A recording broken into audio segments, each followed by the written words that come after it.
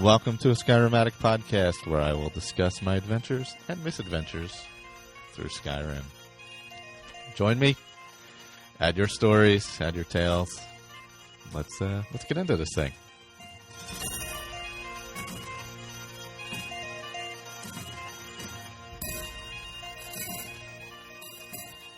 Okay.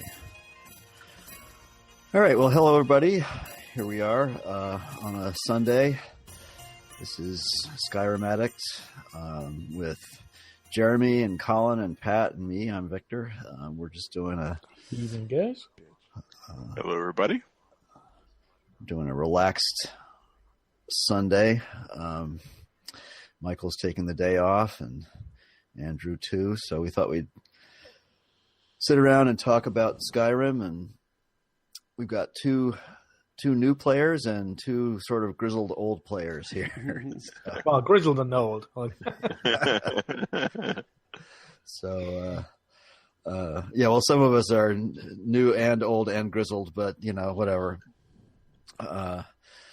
So Jeremy and Pat are the sort of the newcomers to Skyrim anyway. Certainly experienced gamers on the whole, but new to the game. So what do you guys think?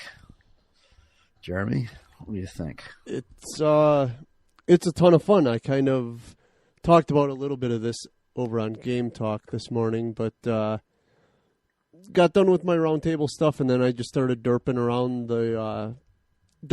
Skyrim, trying to discover a bunch of the cities and the landmarks and stuff. So I spent a couple hours going to all the major cities, whether it be hoofing it, or then realizing I could just take a carriage and then discover all the different cities. But I kind of ran around the map doing that. And as I was doing that, you start to kind of see just how deep the game is with, like yesterday, I think, walked up to a tanning rack and started making leather. No clue what I'm going to use it for, but I started making leather strips. And just, I'm starting to see just how deep and how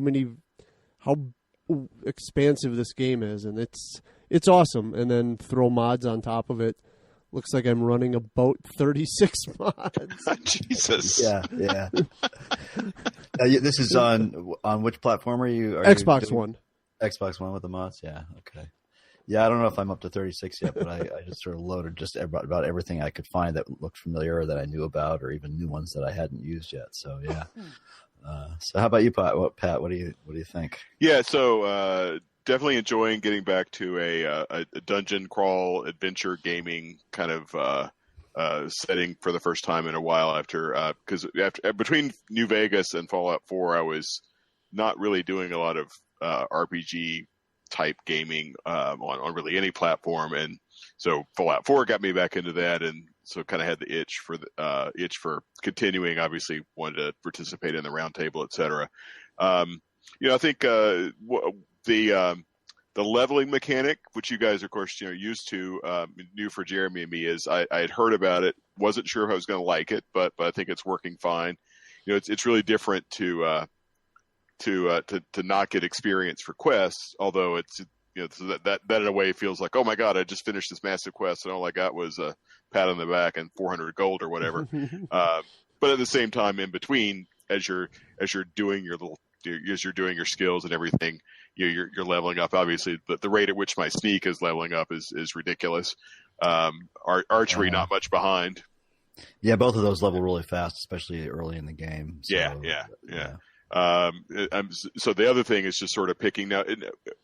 Is there a level cap of 100 for the individual perk constellations or whatever you want to call them? Yes, but there's not a level cap on your character. Yeah, so you can go legendary, and that means it'll drop your skill all the way back down to 15, and you get refunded all the perks you put into it, and then you can start leveling that skill again. If you understand what I mean. I think I get it. Yeah, and that's far enough in the future. What does it matter if I get it right away or not? But just so what I was thinking about is the point of that is you're ticking, your skills are leveling up, but then you've what I was wondering is if you had a character level cap, meaning that you would have only so much ability to grow. Because it's a pretty extensive skill tree. you think about the 3 different areas and whatever, there's 7 or 8 or however many skills there are. I mean, there's a lot there, and there's things, for example, like Jeremy, I'm having fun with smithing, so that, but at the same time, it's not really core to this character, so I don't know that I'll ever really have much bandwidth to spend much on smithing, in terms of improving that perk tree. Like, for example, I'd love to be able to do work with my magic armor, right? But if I worry about that, then I'm not going to get my destruction magic or archery or sneak or anything up to where I want them to be either. So, well, I mean, you don't have to take perk points in any given tree, but your skill will still advance. You know, right, what I mean? Right. So you could have 100 in heavy armor, but never have taken a single perk in it. Yeah. And I guess within, like, thinking about just smithing as an example, I guess there's a couple specific things I will want. So I get your point, though. So, and I actually, Jeremy, you're talking about like using the leather. Well, I made some leather, and then I made some leather armor, and then I improved the leather armor to fine, and then I sold it. And obviously that gets some whatever amount of gold that it gets you, but at the same time, it also gave me a few points on my smithing tree just because I was dorking around enough at the different smithing stations. So that actually was, I guess that's one way you could do it. You could just go off to the side, and I know people were talking about chopping wood for gold. I mean, that's another thing you could do. But so far I haven't had any gold issues because I'm just selling everything. I'm not stashing a lot of stuff for later. Yeah, the crafting, there's one place where you can really grind, and a lot of people use the iron daggers or dwarven bows. Once you can pick up some dwarven metal, those are things you can do to really grind up your smithing. I never do that, but a lot of people do, and it's a game mechanic. You can use it or not as you please, and that's what sort of I mean, Skyrim, the way it's constructed, having these perk constellations and so on, instead of sort of preloading your character the way you do in some of the more traditional role-playing games, it's just constructed to be completely open, and I think that's what sort of unnerves some people about it, because you sort of, like Jeremy was saying, it's kind of daunting. You sort of get out there in the world and you go, okay, what now? But it's really, once you sort of grasp that, or not grasp it, but sort of accept that as part of the game mechanic, then it's just a wide open thing. I don't think there's many wasted perks in any of the crafting. So if you stick a perk in smithing, enchanting, or alchemy, they're stuff that will nearly always be helpful. Mm-hmm. Especially when you're talking about improving your magical items, because you probably already figured that you need a special perk to improve. That is not a wasted perk. No matter what you do. And it's only 2, isn't it? You can get the steel smithing, but you got to level up to level 60, I believe it is. And then you 60, can get the magic. That's the one that I definitely would like to be able to play around with, is to it will not be... It will not be a wasted perk. You can spend money in that. Plus, if you get steel smithing, I mean, give me a second. What was yours was archery, destruction, and sneak. Yeah. So if you're in light armor, then you want to make yourself the best light armor for sneaking in. And then with archery, you can make your bows up to legendary. And if you get a really good... I can't remember. There's a couple of good enchanted named bows that you can't make yourself. Yeah, that are way better. So you'd want that perk to be able to improve them. I'd say with you'd be better off going up the light side. So if you go up the left side of the tree instead of the right side, so go up elven, advanced armors, and glass. Yeah. That's where you find the best bows. Elves make the best bows. Yeah, that's my character's a wood elf, and the best bow I've found so far is a dwarven bow, and it's really getting under my nerves, under my skin, that I have to use a dwarven bow as an elf. I want to get an elven bow. Yeah, I like the orcish bows. They're pretty strong, and I was rocking an orcish one for a long time, but then maybe it's just because it's enchanted. The dwarven bow I got is a Dwarven bow of arcing, so it has electrical damage. At the same time. Nice. So I picked it up like around level 11 or so, and it was quite good. Yeah, I think in the base game, the Dwarven bow does more damage than the Orcish bow. I think with Orcish, what really good at their stuff is their armor. Their armor outclasses everything else, but their weapons are subpar. I think the Dwarven Warhammer and the Elven Warhammer are better or do more damage than the Orcish, even though Orcish is higher up in the smithing tree. Huh.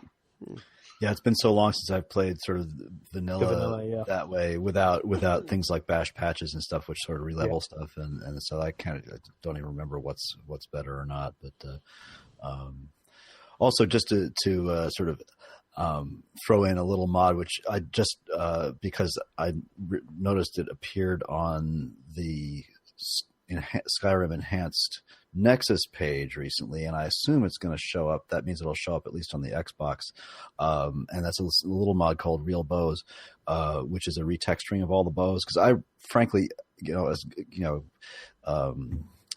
which one's better in terms of damage ratings and so on aside, I really hate the look of the like the Dwarven and Elvish bows in Skyrim. I don't know. I think they look like crap. And Real Bows sort of remakes them all of them in wooden form, and they're beautiful. They're sleek.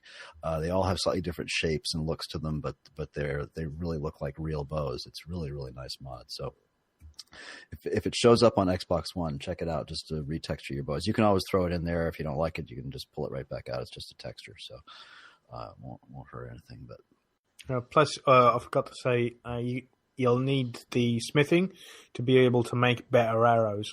So, yeah, right now I'm using Dwarven arrows. Those seem to be the best ones so far. But they're the most economical for damage rating early in the game for sure. Yeah.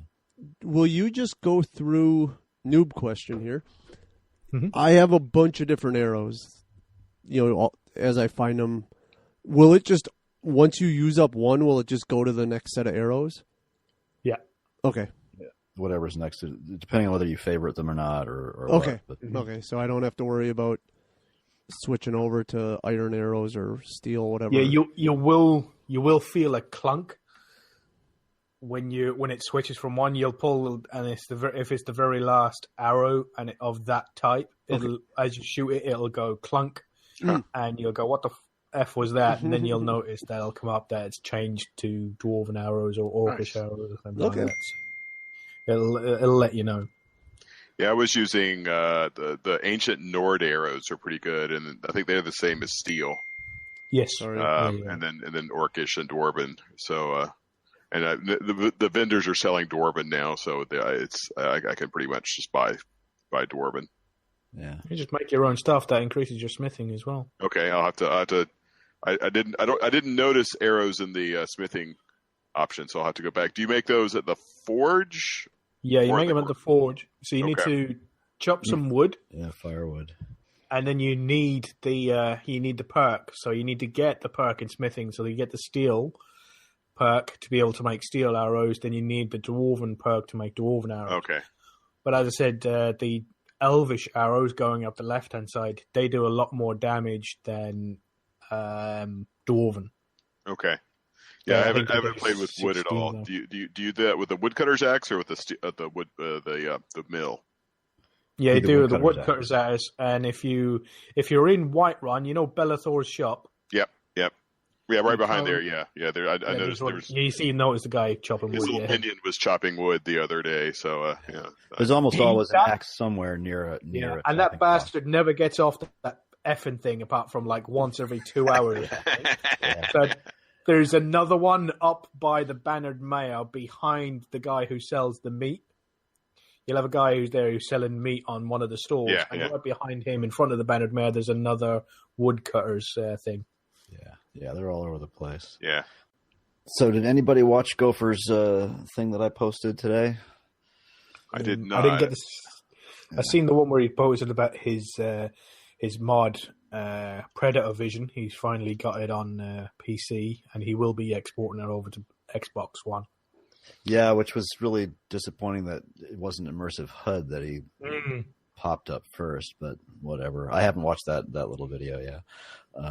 No, he had some interesting points. It was one of them was similar to what we were talking about just a few minutes ago about levels and stuff like that, where he talks about how the leveling in Skyrim is, where you can be, like I said, you can have a level of 100 in any given perk tree without having taken any perks, and it makes you can create a completely different character out of similar cloth, in that regard, which is kind of a good point about the way it's constructed.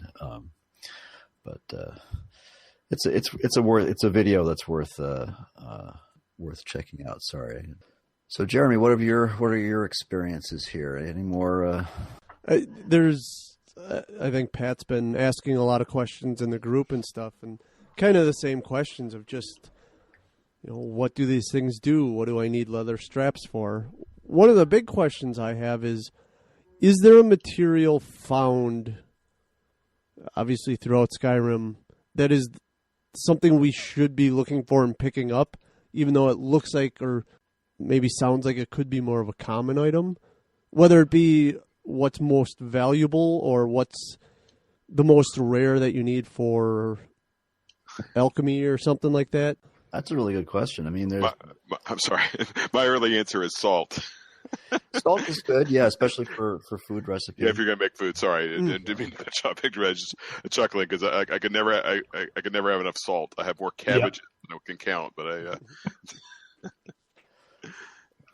I think loot everything. That's the that's the rule of thumb in games like this. And as soon as you have found safe storage, and that's easy to like. And I think Andrew mentioned earlier today that one of his favorite safe storage spots is Anissa's cabin, and that's a good one. But not all the containers in Anissa's cabin are safe, but several of them are. And you can find lists all over the web as to what's a safe container and what isn't. There's barrels here and there that do not respawn, and there's barrels that do. So you want to make sure you use one that does not respawn. And then, of course, as soon as you have your own dwelling, everything inside the dwelling is safe. But obviously, blue mountain flower, that's one of the major ingredients in lots of health potions in particular, and also paradoxically in a couple of nasty poisons. So blue mountain flower and hanging moss make a superb poison that also will knock up your alchemy really well if you make a bunch of them. I'm not sure I've seen that yet. Yeah. What, hanging moss? Yeah, or the hanging moss. It's around. There's a lot more of it in places like there's some in Riften, but there's a lot of it in the Reach. It hangs off a lot of the rocks in the Reach, and you'll find a bunch of it in Solitude as well. It's usually in dungeons, deep dark dungeons, hanging off the walls. Okay. A lot of it in dungeons, yeah. You've got alchemy, haven't you, Jeremy, in your... I believe so, yes.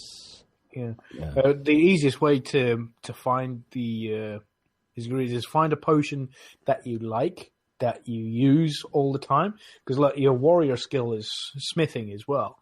So there's a fortify smithing potion. Okay. So what you could do is gather all the the ingredients for that, and you'll be making quite a lot of those, because whether you take it just before you improve something and it gives you an extra boost, so it improves it a little bit more. So if you mix two ingredients together, that makes a smithing potion, and then go to your ingredient section and then just add something else to see if that will make give you an extra effect. Mm-hmm. So let's see. I think it's two that smithing would be. I'm trying to think what would be common. They're not very common. The only common one is the glowing mushroom that you find in caves, and then I think it's Spriggan sap and was it? I got killed by one of those today. Yeah, actually, that brings up a good point about just glowing mushrooms. Reminded me, one of the chief ingredients in resist potions is snowberries. So you gather snowberries everywhere you possibly can, and when you add glowing mushrooms to snowberries, you get resist shock. When you add thistle to snowberries, you get resist frost, and when you add dragon's tongue to snowberries, you get resist fire. So that's a really important ingredient. It also has fortify enchanting as well, isn't it? Right, and it's another fortify. And then, of course, as Colin was saying, when you have enough ingredients, which unfortunately is difficult the way Bethesda constructed the game, since you only get one ingredient per gather point, and that's where some excellent mods that we use a lot come in handy, like Harvest Overhaul and a more recent one called Complete Alchemy and Cooking Overhaul add more per gather point, so you'll get 3 or 4 flowers instead of 1. Which really helps in alchemy for sure. I did notice one little thing that I believe was added to special edition is now you get 2 wings per butterfly instead of 1. Which was the original Legendary game had only 1 butterfly wing, which is utterly ridiculous. But there's a few things that it looks like they've patched, like the sprinting is now toggleable. Mm-hmm. That got me. Yes, it is. You have to remember to toggle it off, or early on your stamina goes to shit very quickly. Yeah. And the other thing is when you're preparing to run through those swinging traps, it's like before you just knew to hold down the sprint button and you're going through. But if you've pressed it once and you're not exactly sure where you are, you can turn it off and then run forward and run straight into those traps. Oh, God, yeah, I thought of that. Because you're not sprinting. So. You're talking about the pit and the pendulum type traps? Yeah. The swinging axes. Yeah, those are nasty. Yeah. So, that's probably my best alchemy tip is, as Victor was saying, if you get loads of snowberries and loads of thistle. Snowberries and thistle is absolutely everywhere. And that will make a resist frost potion. And then just add, like start at the very top, add a bee. And then if that adds an extra effect, then great, you've discovered that one. Mm-hmm. And then you take off the bee and then you move down to, boar tusk and then a boar tusk. And then if that doesn't do anything, then you move on to the next one. And then you put, and then you just keep on going through the entire list. And that'll give you more and more effects. And then you move on to the next one. Sort of like, as you're saying, Dragon's Tongue and I think it's Bone Meal is resist fire. Add those two together and then just keep on adding a third ingredient to be able to find all your different ones. And the potions with 3 ingredients obviously are worth more, and they're worth more points. You just sell them afterwards. As well. Because sometimes... sorry, go ahead. Sometimes you'll have one that adds health but also poisons you at the same time. Obviously, you don't want to be taking those. Right, or you've got a poison that will heal the guy you're attacking as well. Right, that's what the Blue Mountain Flower and Hanging Moss does. It's a damage magic. It'll damage 100% of magicka regeneration, but it also adds points to health. So it's great for leveling up alchemy and selling because it's a really valuable potion. But it's not that great for using unless you're ready to have your opponent gain some health. Which isn't bad. I mean, if you're using it against mages, especially if you have a good follower or something, it doesn't really the adverse effects outweigh the good effects of the potion. So, can I ask a soul gem question? Sure. So I was all proud of myself because I got this. I think I bought the capture soul spell from a book, and soul gems are pretty plentiful. They're not that hard to find. I was trying to capture a Forsworn, so they're fairly nerdy. They're not, not super powerful enemies. And I took him. I did the capture spell. I killed him with the bow, and then I got the message: no gem large enough to capture soul or something like that. And I was surprised because I had, I think I had lesser petty, but I think I had a common, and I was surprised that a common soul gem, is it based on the opponent's level as to? No, it's only black soul gems can take human souls anyway. That's okay. the first thing. Okay. And black. I'm sorry. Black is it name black or is it like a color black and it's greater or something? Both. Okay. Yeah.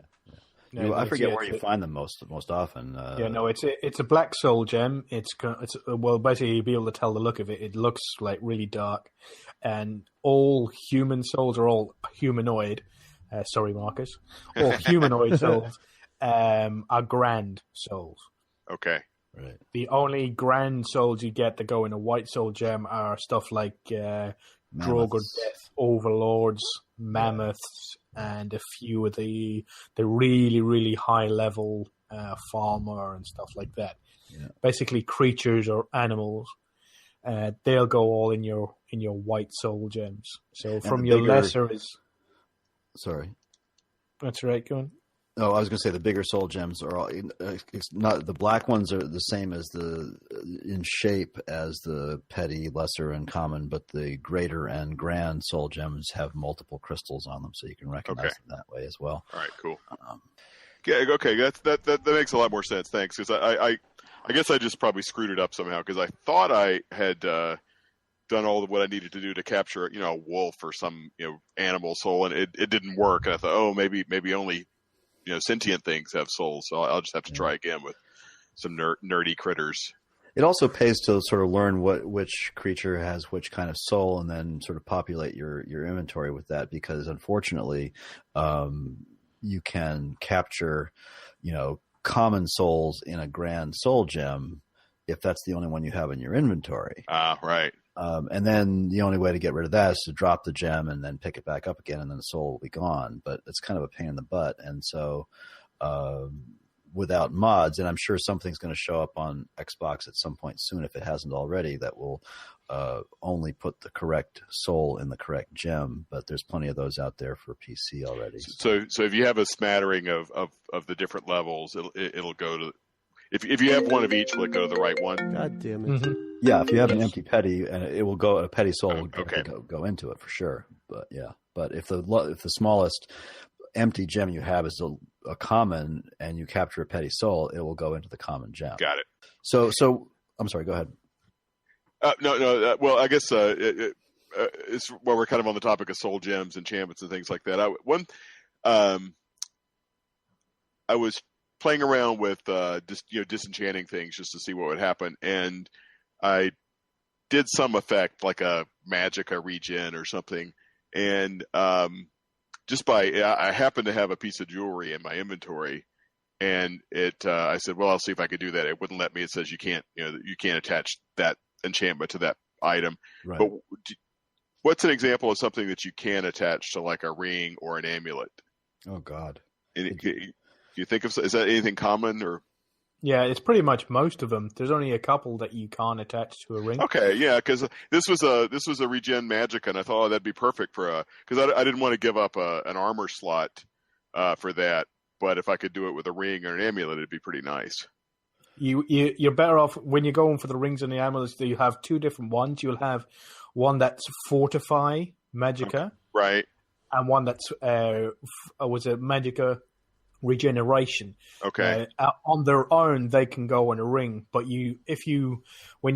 what you disenchanted was more than likely a set of robes. Oh, it was definitely. Yeah.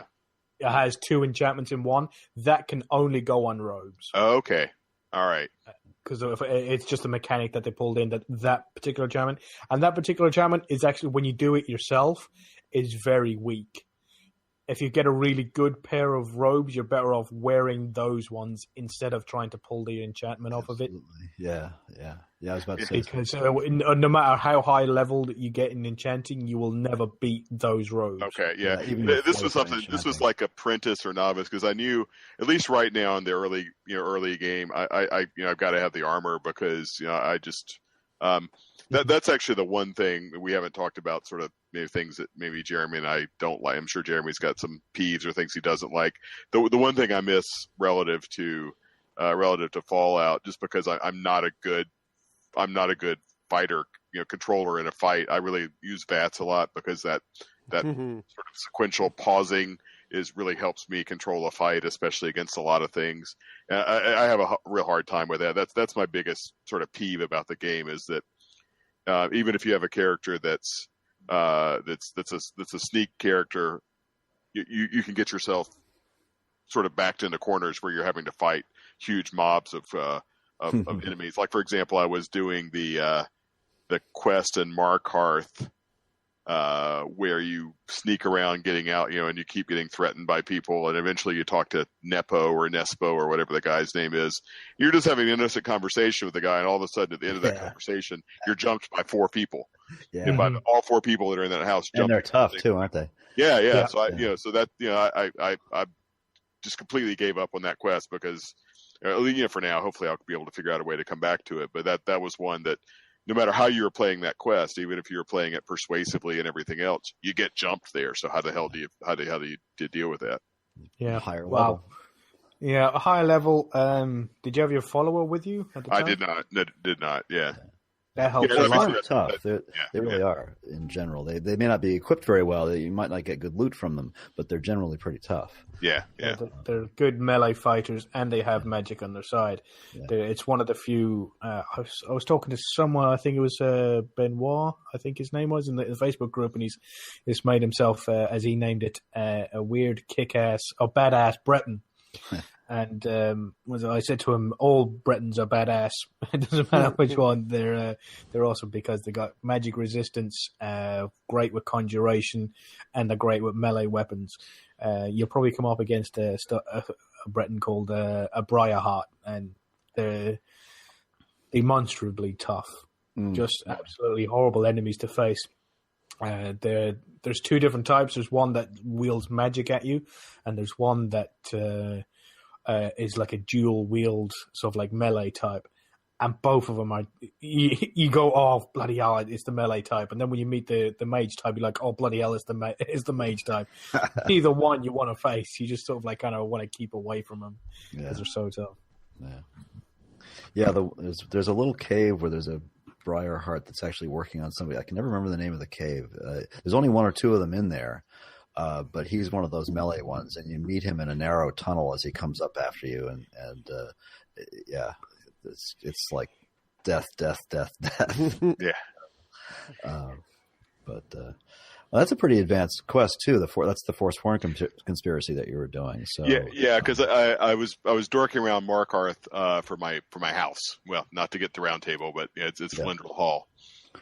But I'm going to just have to wait and do that much later. Jeremy, there's the option of if you want to go there, you could run away, run out if you can get to it, run out the front door. They do chase you, but at least you can sort of like spread them out, and the guards don't help you either. Yeah. If you run out when they're chasing you, trying to kill you, the guards won't help. Yeah, I did that with the hired thug issue. I had the same issue. I had to spread out the hired thugs, and I was able to take them out one at a time, no problem. They're pretty hard too. Yeah. I was dealing with those things at level 9 or 10, and it was really tough. Yeah, you got to wonder how the heck did they find you? It's like how did that person know I stole their stuff?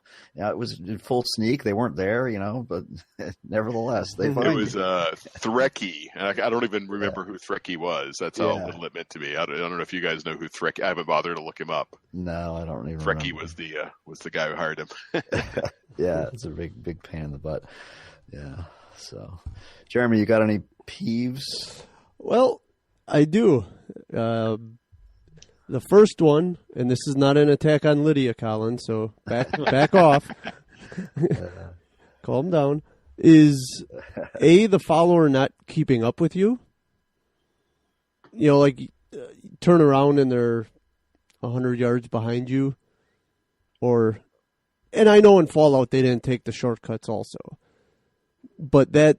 When I'm in the middle of a battle or about to be, and I turn around and Lydia's coming down the mountainside, and she's not going to be there until the battle's over. That's slightly annoying. But again, that's because I'm jumping down the sides of the mountain as opposed to taking the path. Mm-hmm. And the biggest thing from Fallout 4 to Skyrim is that your companion will die. Yeah. So save often. Because I've had to go. You have to kill your companion yourself. I mean, generally, right? Or Yeah. that's another thing where I've lost track of vanilla game with all the mods that I've played for so many years now. I can never remember what's vanilla and what isn't. And most of the time, against an enemy, they'll knock your follower down to the followers on your knees. Yep, yeah, I've and seen that. Then they'll turn and start attacking you. And if within the fight you strike your companion while you're fighting, while they're down on the knee, then they'll die. So it's been my fault. Yeah, Pretty much. Yeah. Yeah. Yeah, because I'm using. You do need. A lot of people don't on their games, and it's one of the things that really annoys me. You need to equip your follower correctly. If you find really good weapons and you're not going to use it, give it to your follower. Yeah, that's what I've been doing. I think when you get healing potions, give half of them to your follower, especially if you're using your follower as a tank. And basically all house girls, nearly like 90% of them are tanks. They're all in heavy armor with a sword and shield, so they're there to be able to take the damage for you. So for fuck's sake, give them some healing potions. Yeah, absolutely. That's a great point. They don't take stamina potions or resist potions or anything like that. They just never swallow them, but they will gulp down healing potions. But it's always good to do them. I forget. Will they also, if you equip them with amulets and rings, do those affect them? The resist ones do. Okay. Increased carry weight and fortify magical regeneration. They don't work.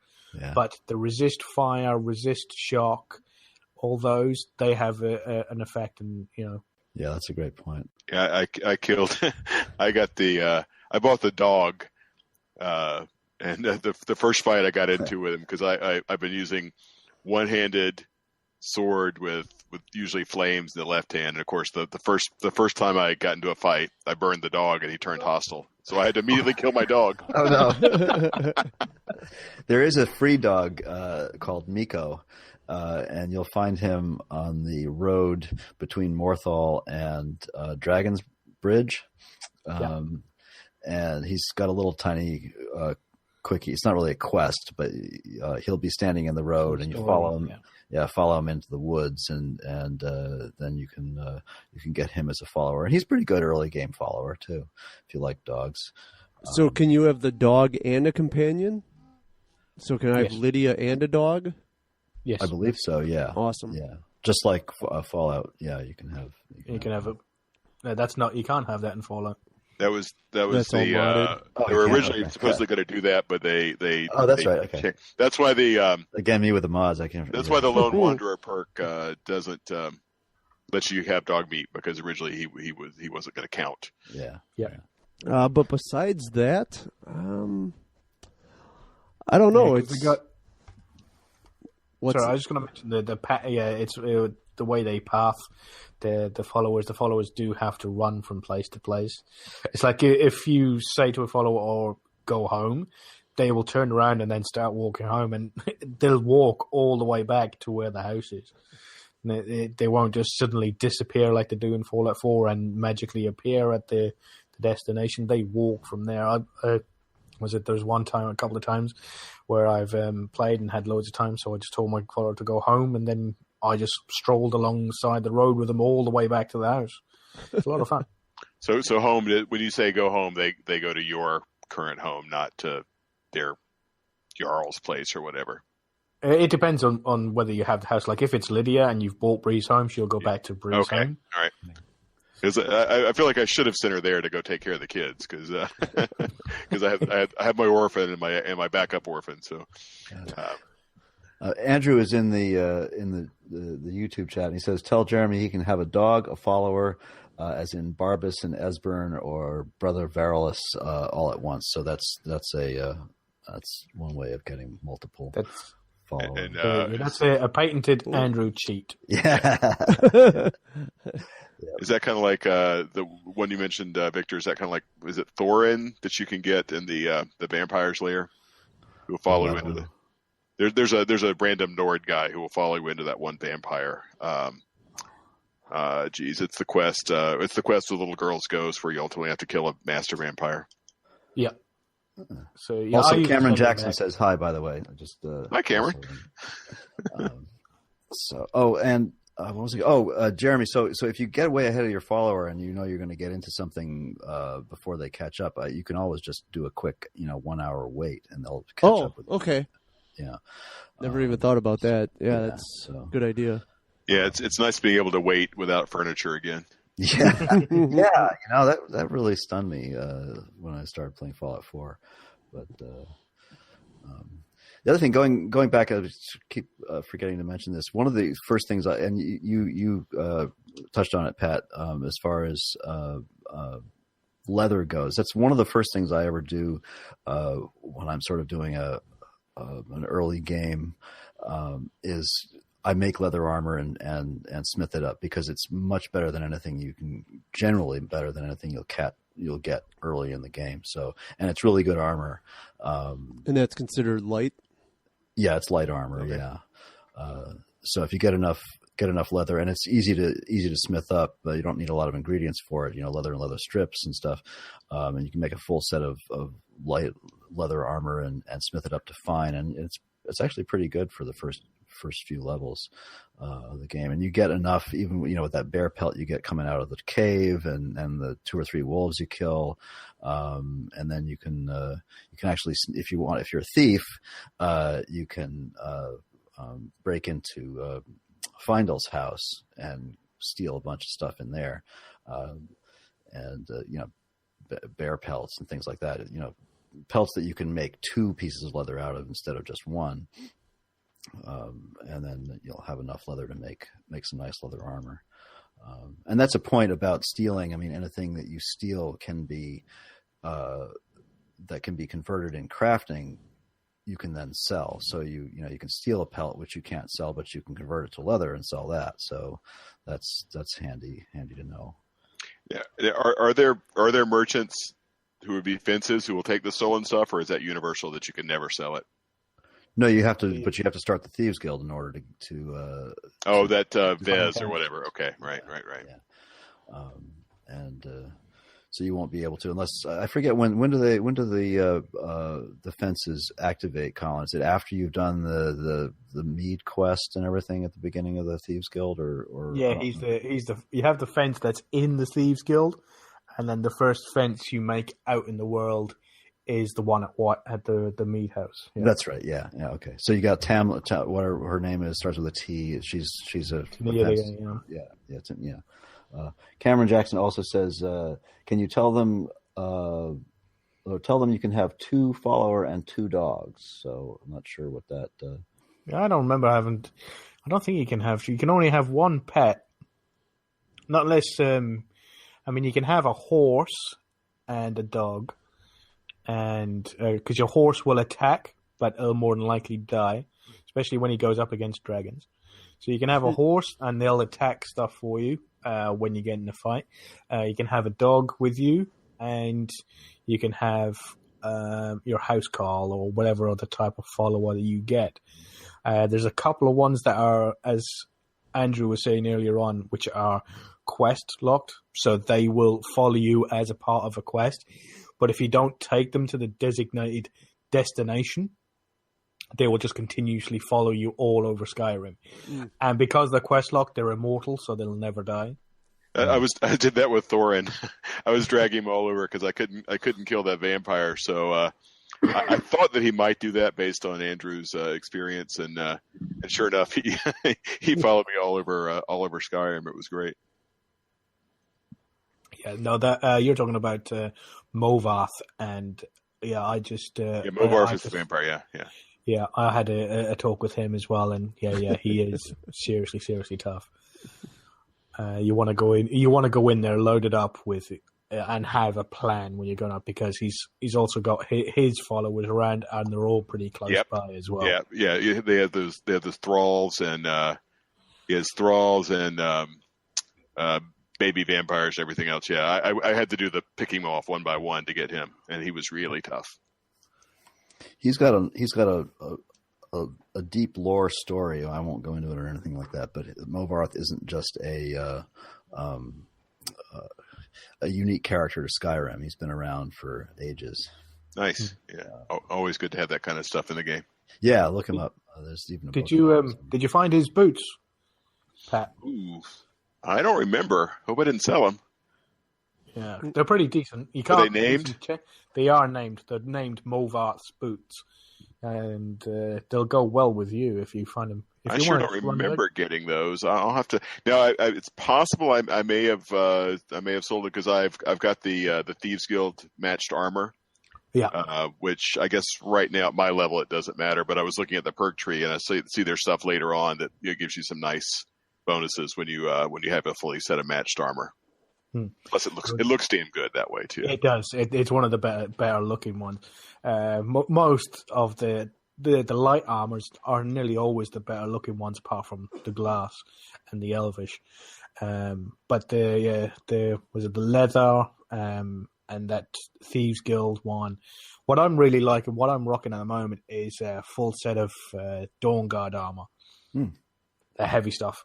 And that looks pretty awesome, and it's got some good resistances against vampires, so gives you extra protection when you're fighting vampires. So, were there's many vampires in the game pre-Dawn, just in terms of wandering around pre-Dawn Guard, or did Dawn Guard add a lot more wandering vampires? When I started playing, it was I already had the legendary set, so I started playing Skyrim 2 years after it came out. So I'm not too sure. I've always had the DLCs on my game, but I'm pretty sure. I mean, when you kick off Dawn Guard, the amount of vampires that you do meet shoots up a lot by a good 30-40%. It shoots up by the amount of vampires. It seems like I've got in terms of tough wandering things, I've seen more vampires than anything else by a long shot. I've seen a lot of wolves, but they're wimps. They're not hard to deal with. But I've met a lot of vampires. Yeah, stop traveling at night, Pat. No, they're out of the day. What's up with that? I did that. I said no. Screw this. I've got to travel in the middle of the day, and there's still vampires. I hate these guys. And they also, I believe, I don't know if it's a Dawn Guard or vanilla thing, but they actually attack in the background as well. I mean, you don't have to be present for vampire attacks to occur. Sometimes you'll arrive somewhere and there'll be dead people lying around. Wonder how it happened, But that's what they always say. I'm sorry, I didn't see anything. I never saw it happen, officer. As you sort of continued selling your stuff to G.E. Merton, skooma dealer.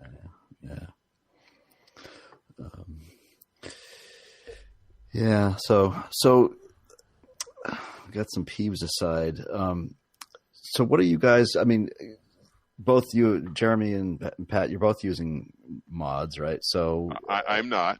Oh, that's right. You're not. Okay. You're pure vanilla, but feel free to talk about mods. That's okay. Didn't want to call off the discussion. Yeah, I don't want to belabor it or talk too much about them. But Jeremy, what have you played around with different saves yet, or are you just adding mods to the same character, or what? I'm living on the edge. I'm just adding them to my round table character.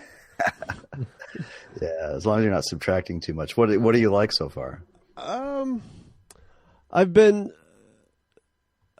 one of the big ones I downloaded earlier and really enjoyed was the River Run. I'm trying to find it here.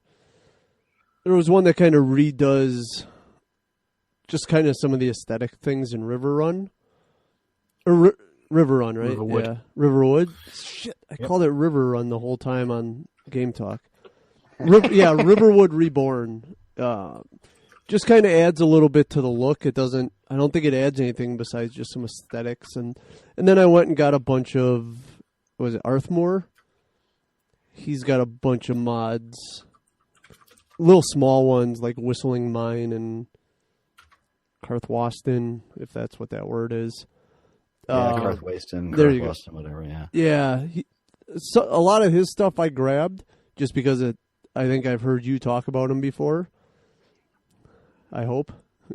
I don't know. Arthmore. Yeah. Who isn't he the one that does the unofficial patch? Yeah, and a bunch of other stuff too. Yeah, cutting room floor. Yep, and grab that one. Stuff like that. Yeah. So obviously the patch, and I think one of the first things after the patch, the unofficial patch, was what's it called? Lampposts of Skyrim. Yeah, there's two of those out there now. I noticed there's lanterns of Skyrim and lampposts of Skyrim, and the lamppost ones I wasn't familiar with. Lanterns of Skyrim's been around for a long time. I may have both. I don't know if that's good or not, but you might want to check the RTFM in there somewhere and see if they specifically call each other out as conflicting or not. Sometimes they do, sometimes they don't. Jeremy's playing in Vegas. Maybe. Yeah, No, I like the way lampposts kind of described itself. That it was, it's not everywhere. It's not walking down a city street. It's just random posts. Yeah, they're out on bridges, out in the wilderness and stuff. It's really nice to see that pool of light. It's sort of the Lion, the Witch, and the Wardrobe effect. The lamppost in the wilderness. I don't know if anybody's read those books, but anyway, that's sort of a famous image from those books. It's really kind of nice. Gopher was talking about that mod before. I think it's either Lanterns of Skyrim or it was the one that's the equivalent for Fallout New Vegas. And the guy who made the mod actually inserted a guy into it, like a character, who would go around all over Skyrim lighting all the lanterns. Yep. And then people started sending him photos of the guy lying dead and the character standing over him. Oh, no. So on an update, he Uber sort of God mode the lantern guys to make him Uber tough. So then everybody who attacked him got their asses handed to them afterwards. It was amazing. That's funny. Yeah, I also grabbed better lighting for the cities. I'm not a big fan of dark games, so things like this that can kind of help when you're at night. And typically I just fast travel and go home and sleep through the night because I don't know, I just like playing in a brighter environment. I also got downloaded Vivid Weathers. Those Vivid Weathers and Climates of Tamriel both have sort of night darkening sections to them. They're a lot more robust on the PC side, in terms of in-game menus and stuff like that. At least on the Legendary Skyrim version, because SKSC is in effect there. But both of them have night darkening effects. Climates of Tamriel, I think, offers you some levels of darkening when you install the mod, but I don't know how it works on Xbox One. I threw it in there because I like Climates of Tamriel myself a little bit over Vivid Weathers, although there's parts of Vivid Weathers that I like a lot, like the snowstorms are absolutely gorgeous. They're beautifully done. But in general, I like the color palette of Climates of Tamriel a little better. So you can, although if you've installed Vivid Weathers, I wouldn't remove it. Okay. Try a different, try a new game. You're not going to overwrite your existing saves if you start a new game. Right. So, set up a different, so to speak, profile and try something else. Since the thing is with I don't really know right now how to. It's never a good idea to uninstall a lot of mods in mid save, but on the consoles right now, they're still using scripts. They're not using external scripts yet, but it's probably still not a great idea to remove scripted mods like that.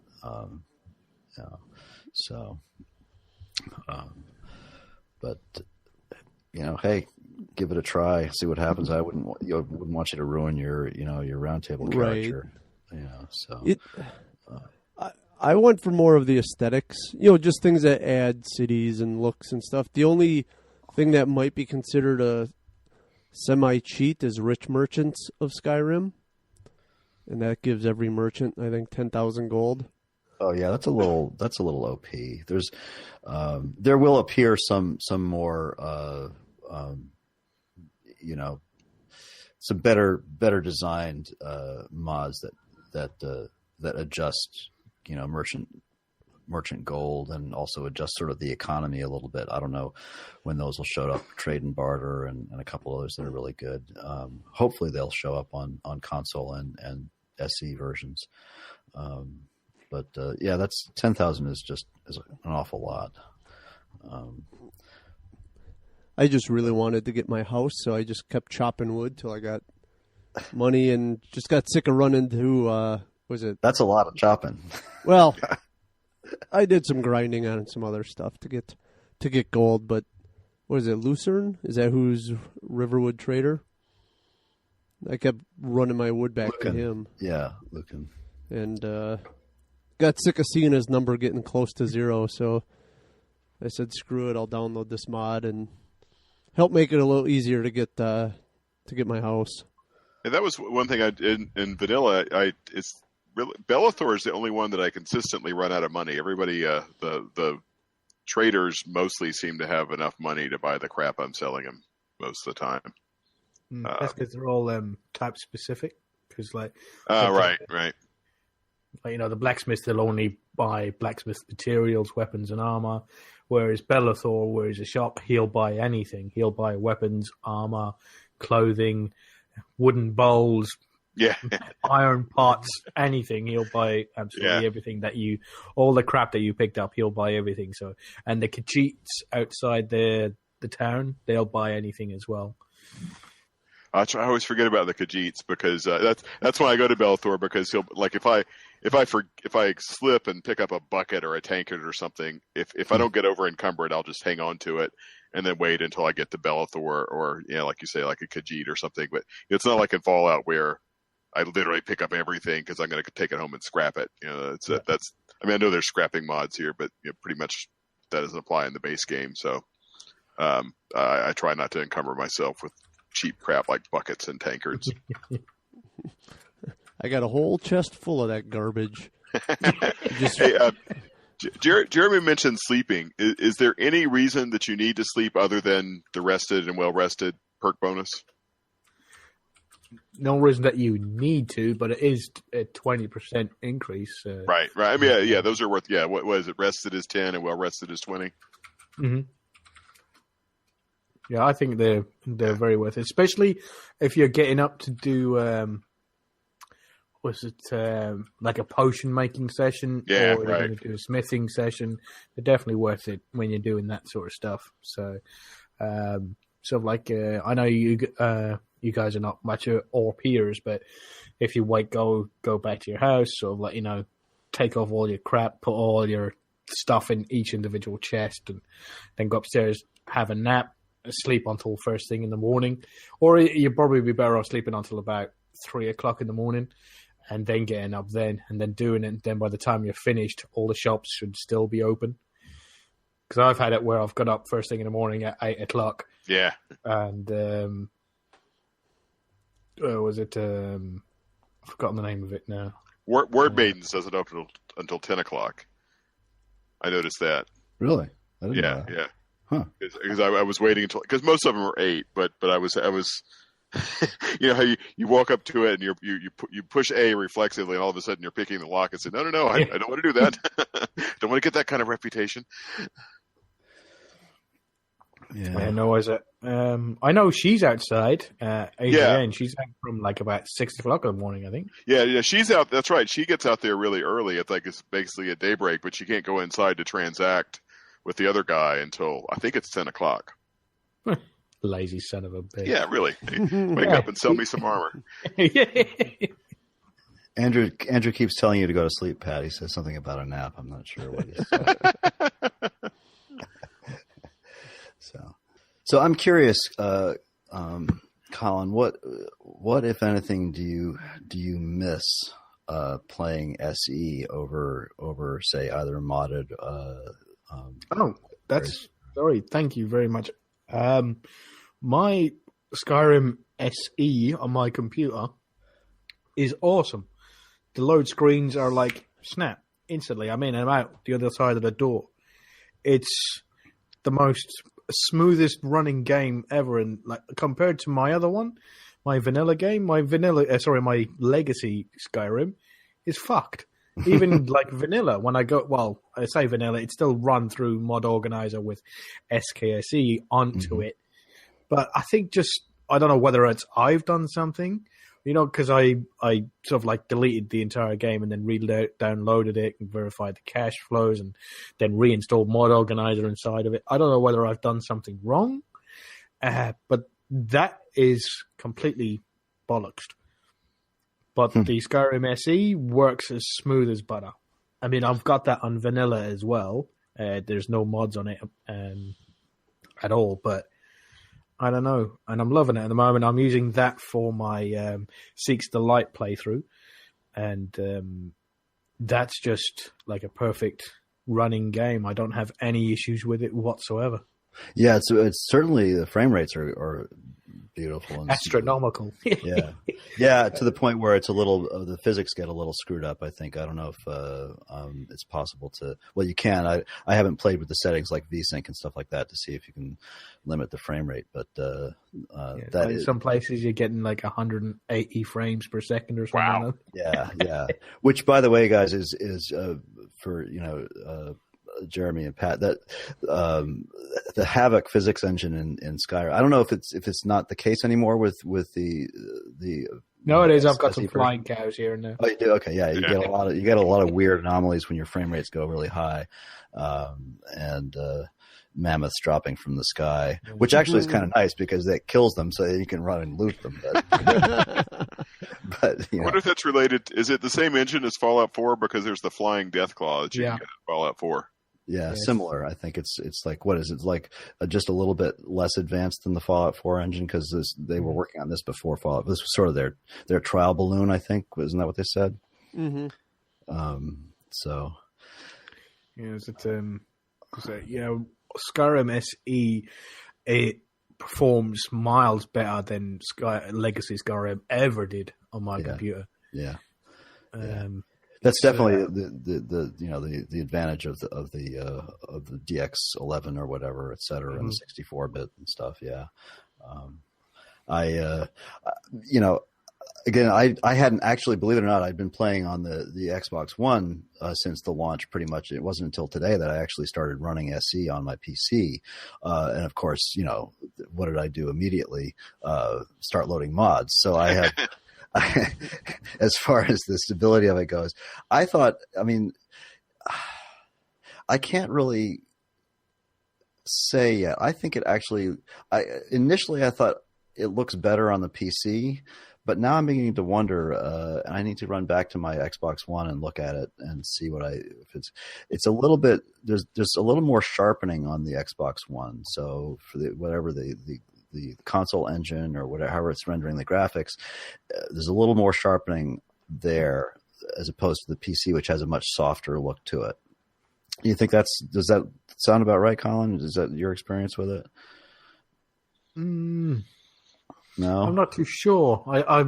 I think I had like a couple of days break between I was playing my Seeks the Light before I jumped over to my Roundtable character, so I didn't see that much of a difference. Yeah.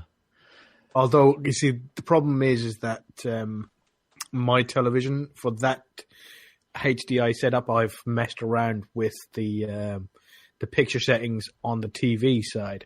So the TV side is really dark and really moody and things like that so I don't have to mess around with the computer settings. And so I don't have to sort of like mess around with the lighting. I can just install the lighting mod and then it's good to go because I've done all the things that I need to do through the TV settings. Mm-hmm, mm-hmm. But my Xbox runs through a different HDI setting, so it's on the sort of like basic setting, so it's a little bit lighter on that side. So. Okay, yeah. Yeah, well, I started. I came out and saved at the exit of the cave there, and I did some screenshots, and I was looking at the vanilla setting, and then I added Climates of Tamriel, and that and then I took that away. Of course, I I have a standard character that I use for doing this kind of testing, and he's an Argonian, and I call him Tests Many Things. And so I had poor Tests Many Things out there, and I basically I completely wrecked the game until it was crashing, adding and removing stuff in Vivid Weathers. I put that in there and looked at it, and I sort of come down on almost on the in terms of SE anyway. Liking the vanilla SE better than either of the other two. I'm just going to wait and see if they tweak them a little bit and try to figure out which one I like best. For Legacy, like I said, I like the Climates of Tamriel a little better, but I'm still not 100% sure. And also, I should say for anybody who's interested, that I did experiment today with Enhanced Vanilla Trees, which is a mod that really makes the trees really cool, and it hasn't really released in SE yet. It's not over on the SE side of the Nexus, but I downloaded it from the Legacy Skyrim side, installed it, and it works great. So it's anybody who wants to can throw that in, and it makes the trees bigger and fuller, and they look really good. It's really, really nice.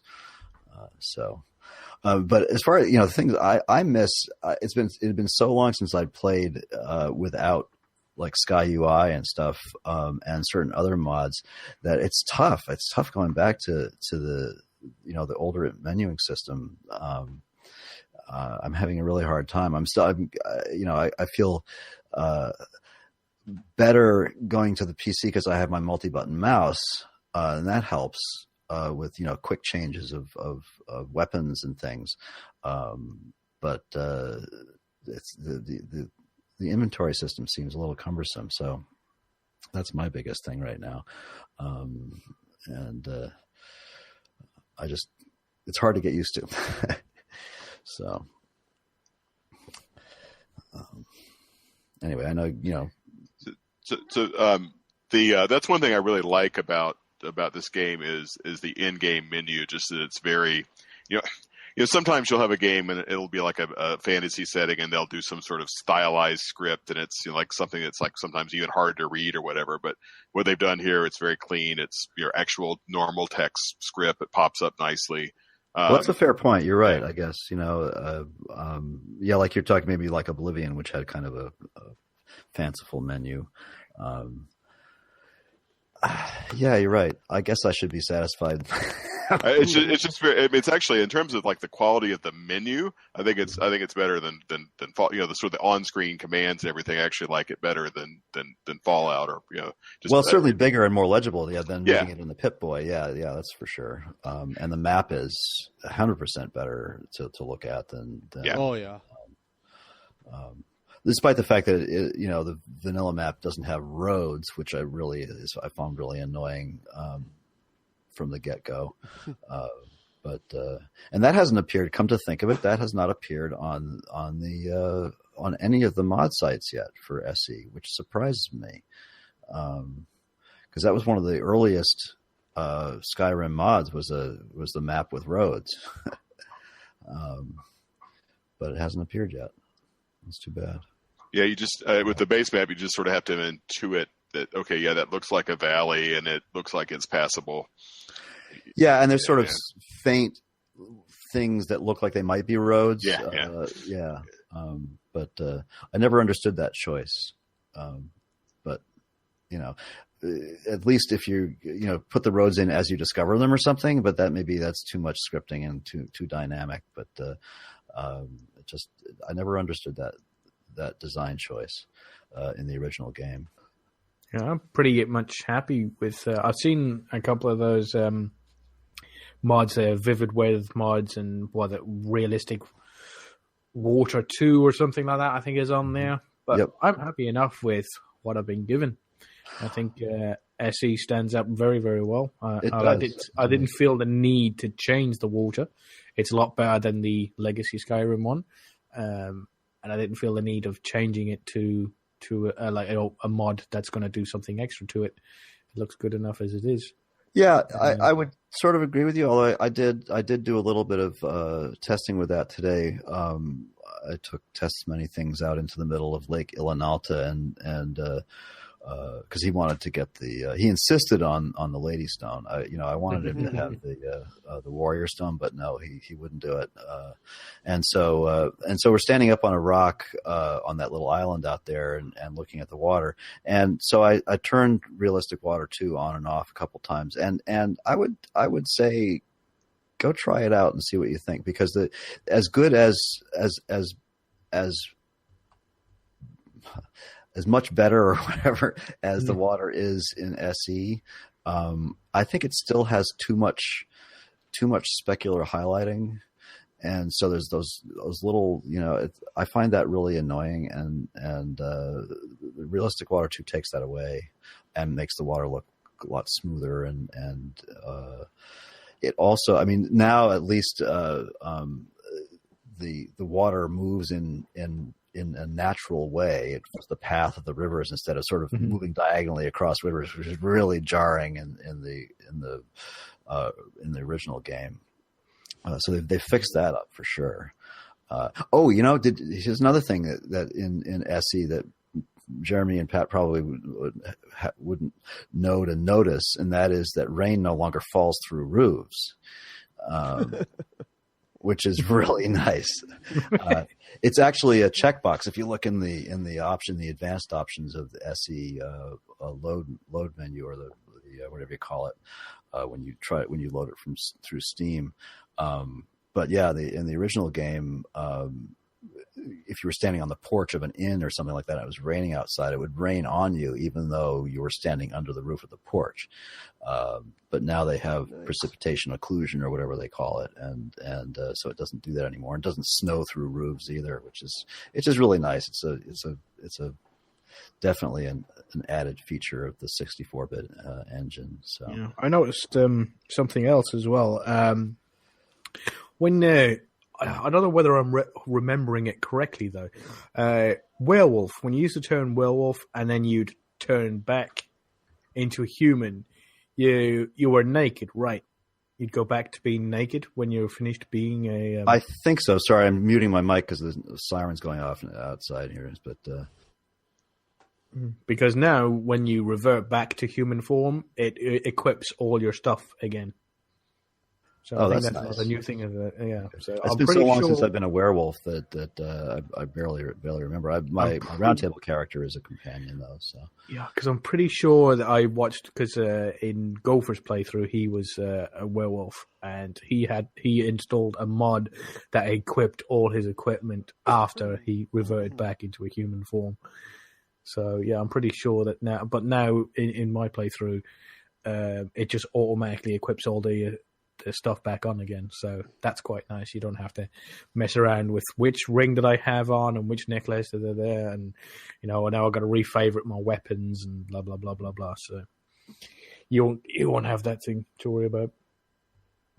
Is there any quests that you guys have played that you kind of liked or didn't like that you played that are not part of the roundtable? I like I forget the name of the quest, but the one where you restore Meridia's gem. Oh yeah, it was a good dungeon crawl, nice mix of sneaking and fighting, a little bit of not a lot of puzzles, but a few things that were a little tricky. So that was just a good old fashioned dungeon crawl. I really had a good time with that one, and it was surprising just because at the I forget where you pick up the MacGuffin that she starts it off with. You just all of a sudden that's in some random chest. It's like, oh wait, there's this thing, and all of a sudden there's a voice in my head, and you get through in the end, and there's just it's a impressive setup with the light and everything, and then at the end you get the Daedric, you get your first Daedric weapon, which is what I'm using right now, the Dawnbreaker. That's one of the best weapons in the game. Actually, one of the best sort of reward weapons you can get. I think. It's really nice. That levels with you too. So did not know that. Yeah. You won't have to worry about it sort of like being weaker as like the later you get on in the game. Yeah, you're right. I just pulled it up here, and it's now doing 15 damage instead of 14 damage. Wow, cool. That's what, like, for instance, Gopher, I believe, used that that sword through just about his entire Richard playthrough, along with the shield called Spellbreaker, which you get from another Daedric quest. It's a great weapon. But you will have to refill its enchantment. The enchantment will run out, so be aware of that. You'll need to carry filled soul gems if you're going to use it a lot. Huh. I didn't realize that. I knew that happened with the ones with your own that you made. Mm-hmm. I didn't realize that happened with other magic. There's some of them that don't. Have a look at it. I mean, it has the bar. That's a gray bar. Yeah. Yeah. Okay. Yeah. The bar is. I don't know which is it. It's like 5/6 of it is gray or silver, and a little piece of it is black. I don't know if that means it's unfilling or if it's filling. That means it's unfilling. Very slightly unfilled, yeah. Okay, and I've used it a hell of a lot since I got it. So that happens slower at lower levels. The higher level it is, the quicker it uses up the. Got it. Yeah. Okay, that's really good to know that I've so make sure I've always got a charged soul gem or two with me. Yeah, definitely. Any other quests, Jeremy? You've done any? I did obviously the round table quests, and then I've kind of just been derping around and trying to read, or at least open as many books as possible. Because I know I've opened a few, and I've gotten a couple of quests, a couple of miscellaneous quests through those.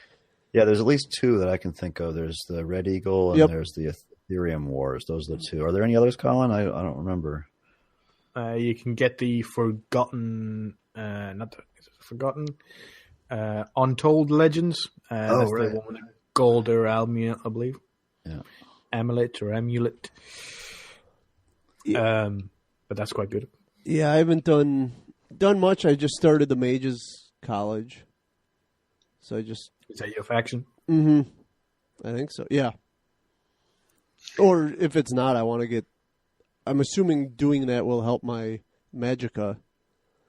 You'd be able to buy spells, higher level spells. Because if you go back to the court mage in the towns, he always has the same sort of spells. If you want to buy the higher level spells when you get better and better, you have to buy them from the Mages College, which really annoyed me. Because it didn't happen in the start of my playthrough, but through my playthrough, my character absolutely hates mages. Really hates them. She does use some magic. I'll go into it later in the round table. But she does use magic, and to get her higher level spells, she had to enter or get in to the bloody Mages College, and she specializes in one school. And then when she got to Feralda, she was like, "Oh, cast this spell," and it wasn't the school that she was training in. It was really annoying. All right, just let me the F in. That really annoyed me. So yeah, and in the Mages College, there's specific mage for each discipline of magic, so you have to find the right one. Tolfdir is alteration, and as Colin said, Feralda is destruction magic, and Colette is restoration, and I forget who else is what, but that's a great. I think that's one of the better it's one of the better guilds, I guess, guild quests. I think Mages College is really good. The payoff for the bards one is funny, where they have their little bardic Burning Man. It's just such awful, but the poetry is so terrible. It's terrible. Oh my god. Yeah. But the quest in there, that one big quest that you do, is a really good one. That's one of the better quests in the game. I always like that one a lot. So it's a give and take thing. I think Andrew has already done it, right? I believe. I think he has. Yeah, he posted a picture in there. Yeah. Yeah. Plus, you also get some more extra quests. I don't know whether you got them. If you speak to the other people in the Bards College, they'll send you off to get other stuff. Yeah, there's a couple like go grab a flute and some just stupid stuff like that. But the rewards for them are huge. Oh, Yeah, okay, good to know. Definitely. Yeah, and those are some of the quests that like. There's a lot of quests that the item won't trigger until you trigger the quest, but those for some reason, you can find those items lying around in the world. Whatever, I won't tell you what they are, but they're actually in specific locations. Yeah. It's not randomized. Yeah. So, but that was oh really? I didn't. I guess that never clicked with me. I didn't realize I always found them in the same. They're always in the same location every playthrough. I'm observant. I really am. Once you get them in your inventory, you won't know that this is a special thing, but it'll never leave your inventory. Because there's this one quest you go through this certain area to get to another area, and I picked up this one certain item, and that's it. It was in my inventory for the rest of the game. Couldn't get it in, and it was a part of basically a fetch quest. But this thing is like those like the drum and stuff are in a specific place. Once you pick it up, I didn't know who the hell it belonged to, so I couldn't find the person to give it back to. And literally 3 playthroughs later, I was walking around killing a dragon, and there was some NPC next to me, and I turned around and looked at him and looked at his name, and I went, "You bastard!" I screamed at the bloody thing, and it was him. And I went back to my old save, to my old character, got the bloody thing, and ran it all the way back to him just so I could get it out of my inventory. But that brings up one point about quest items, and they do not count against your weight, by the way. So, like the Dragonstone, which shows as 25 pounds in your inventory, it doesn't count against your inventory. 25 pounds. Not that it stays in your inventory very long, but but if you if you get a quest like a sword as a quest. Part of a quest, so you're supposed to bring it somewhere. You can't just keep that your inventory and never give it to the other person at the other end. So then you get a weightless sword or a weightless weapon in your inventory that you can use. They're never usually any good, but if you want to keep it, you can. Cool. Never realized that either. There's one where you can do with the companions where Vilcus gives you his sword, and was that you can get that, it'll be a weightless sword, and then if you drop it off, if you do drop that off, you get to pick up Ayla's shield. Right. So then you can have it carry around a shield that's weightless and stuff like that. I'm such a good little boy. I always just take them and drop them where I'm told to. So do I, but I just thought, I thought I'd give you some. No, you're 100% right. It's like, but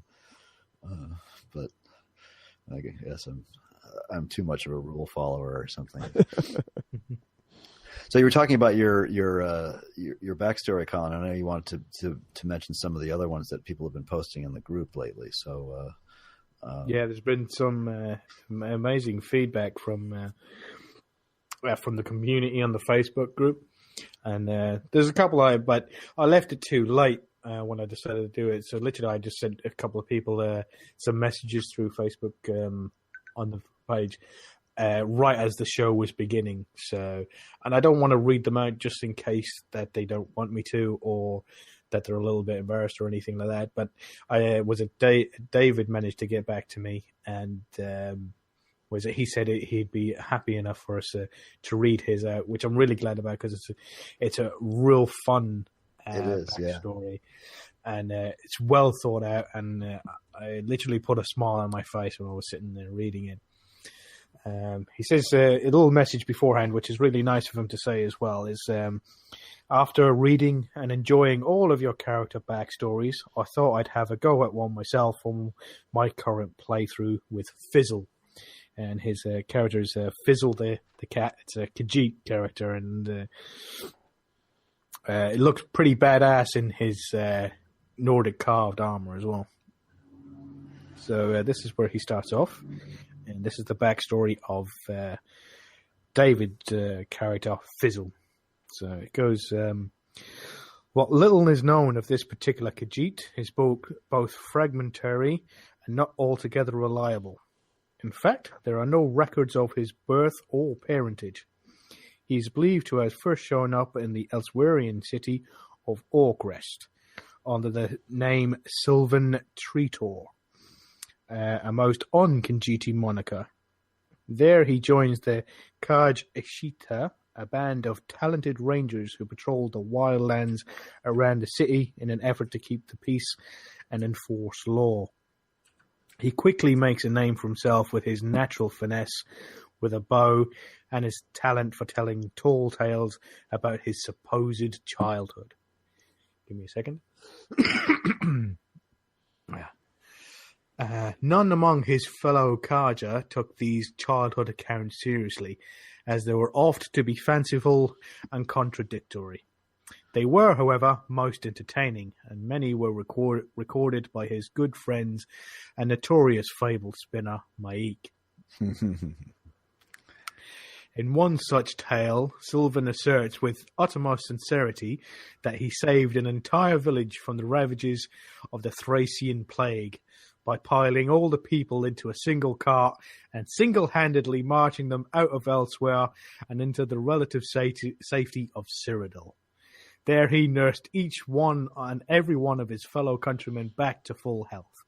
A preposterous tale, of course, not least because the Thracian plague occurred in the First Era, but such were Sylvan's tales. After growing tired of serving with the Kaja Eshita, he dips out of recorded history for almost 10 years. That is, until someone matching his description turns up in the town of Coral, in the company of the enigmatic master thief Shashika. Almost immediately, the town is beset on a spree of high-profile burglaries, including, most bizarrely, the Count's throne and every single painting in the castle. When Shashishka vanishes from both Coral and the history books, the town guard promptly arrests Sylvan, who now adamantly insists upon being called Imperious Whiteflower for the spate of his thefts. He never confirms or denies his involvement in these crimes and is promptly thrown in jail.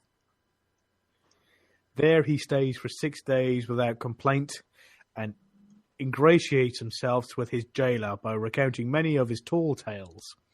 On the 7th day he is gone, and no Khajiit matching his description is ever seen in Cyrodiil again.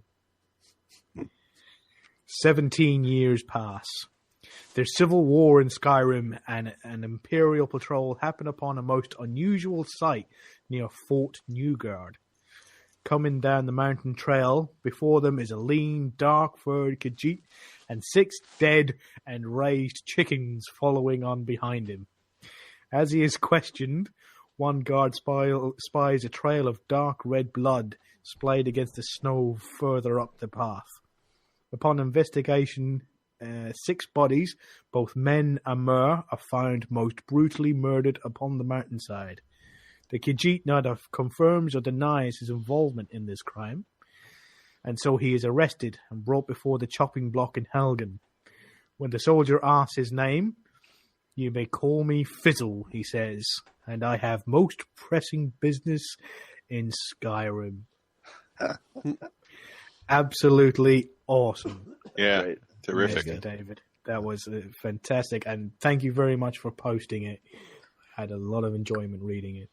Yeah, that was wow. That backstory is worthy of an entire, It's as good as some entire quest playthrough. It's really, really nice. Yeah. Yes. Yeah. And several other good ones too. So There was there's some really good ones in there, but as I said, I left it too late to send a request to make sure that it was okay to read them on air. So I'll wait, and then we can probably do it. Or if they're sending in feedback for the next round table, we can add it onto there. yeah, well, totally. We should encourage people to do their read their own and send them in as feedback for any of these episodes, roundtable or whatever. So yeah, absolutely. Yeah, and people can do audio feedback, voice memo on a phone or whatever. We'll love to hear the audio feedback as well as emails or whatever. Yeah, absolutely. Well, cool. That seems. Let's see. It's getting on there. Seems like a good spot to leave it, unless you guys have other stuff to bring up for this episode. Jeremy, did you need any other sort of like things quest wise, or sort of like No. where you're supposed to go when you like? No, not right now. I think I'll definitely have more as we play deeper into the game, but we'll just have to have a couple more of these podcasts, I guess, to get these questions answered. All right. Well, if that's the case, then thank you everybody for listening, and thank you guys for joining in today. So for Jeremy and Pat and Colin and me, we're signing out for, I believe this is episode 108 of the Skyrim Addict, or something around that. Or 173, depending on who you ask. Oh, yeah, or 173, yeah. So goodbye, everybody. Thanks for listening. Later, guys. See ya. See you in Skyrim.